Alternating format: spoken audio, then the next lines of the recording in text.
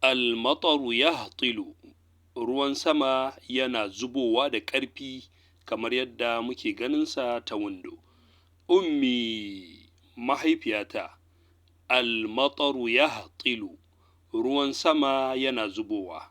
Maimaita. Al-mataru yahtilu, ruwan sama yana kwaranyowa, kamar yadda wannan yarinya take nunawa mahaifiyarta ruwan sama ta windo gashi nan yana zubowa. To mu je gaba. Wal ma'u, maimaita. Wal ma'u yaghmuru anha al-hayyi. Wal ma'u, ruwa, yaghmuru, yana lillibe, shine yaghmuru, anha al-hayyi, kowane sassa na unguwanni, na unguwa.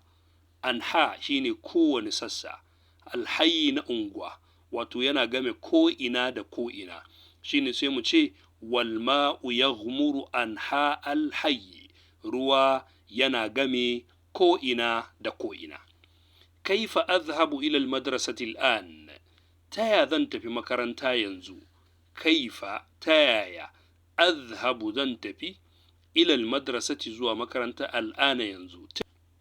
Sai mahaifiyarta ta ce ilbasi mi'tafaki, ilbasi, ki sanya, mi'tafaki, rigar sanyinki, shine mi'taf.